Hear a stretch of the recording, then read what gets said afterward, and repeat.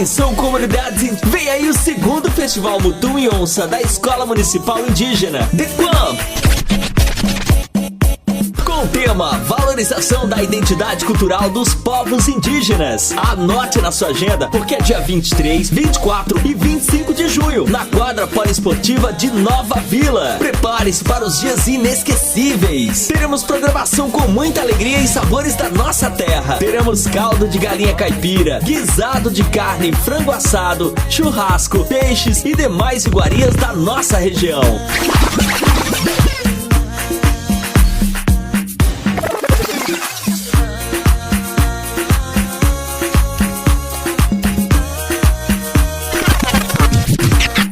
Teremos venda e diversões, doces caseiros e bolos variados, brincadeiras da pescaria, bingos, prêmios imperdíveis pra você. Venha celebrar a nossa cultura, fortalecer a nossa identidade, se divertir com a gente. Sua presença faz a diferença. Realização Escola Municipal Indígena Ticuna DECAMP e sua equipe. Vem!